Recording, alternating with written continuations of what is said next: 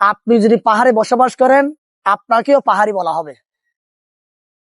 আমার চেহারায় লেখা নাই আমি পাহাড়ি, আমার জাতির নাম আলাদা আছে। তবে অঞ্চল ভেদে যেহেতু আমি পাহাড়ে বসবাস করি, আমাকে পাহাড়ি বলতে পারেন। কিন্তু আমি শুধুমাত্র আমার চেহারা লোক কিংবা এই যে চাকমা, মারমা, ম্রো, খিয়াং, কুমি, লুসাই, চাক এরা যে পাহাড়ে বসবাস করে তা তো নয়। বাঙালিও কিন্তু পার্বত্য চট্টগ্রামে বসবাস করে। সুতরাং বাঙালি এবং অবাঙালি আমরা যারা আছি, আমরা প্রত্যেকে পাহাড়ে। আমাদেরকে শব্দ চয়নের মধ্য দিয়ে আমাদেরকে রাজনীতি করছে, বিভাজন করছে। পার্বত্য চট্টগ্রামে যে সকল বাঙালিরা আছেন তাদেরকে পাহাড়ি বলা হয় না। তারা ব্রিটিশরা বিভিন্ন দেশে গিয়ে গিয়ে একটা সময় উপনিবেশিক স্থাপন করেছিল। এই তাদের এই উপনিবেশিক যে সকল জায়গায় স্থাপন করেছে, প্রভাব বিস্তার করেছে, সেই সকল অঞ্চলে তাদের নির্দিষ্ট কিছু এজেন্ট বা দালাল বা সোর্স রেখে দেওয়া হয়েছে। সেই সোর্স গুলো এক সময় এক বয়ান তুলে ধরে। আমাদের পার্বত্য চট্টগ্রামে আপনি বললেন আমি কেন ব্রিটিশের নাগরিক বলি।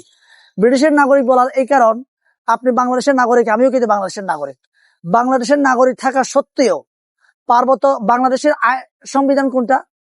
72 সালের সংবিধান প্রণয়ন হয়েছে কত সালে? 1972 সালে। আমাদের পার্বত্য চট্টগ্রামের আইন, পার্বত্য চট্টগ্রাম শাসনবিধি, এটা কত সালের? 72-এ, 71-এ, নাকি তার আগে? 1900 সনের। 1900 সনের পার্বত্য চট্টগ্রাম শাসনবিধিতে পার্বত্য চট্টগ্রাম চলছে। তাহলে আপনি চলছেন 72 সালের সংবিধানে, আমি চলছি 1900 সনের। তাহলে আপনি 72 বছর আগায় গেছেন, আমি 72 বছর পিছিয়ে আছি। এই যে 72 বছর এগিয়ে পিছিয়ে, এই পিছিয়ে রেখে 72 বছরের যে বেড়াজাল আছে, এই বেড়াজালে বন্দি রেখে আমাদেরকে বিচ্ছিন্নতার বয়ান শেখায়। আমাদেরকে বলে যে এই সংবিধানে তোমাদের নাই, তোমরা এই সংবিধানের বাইরে, সুতরাং তোমরা এদেশের নাগরিক নও।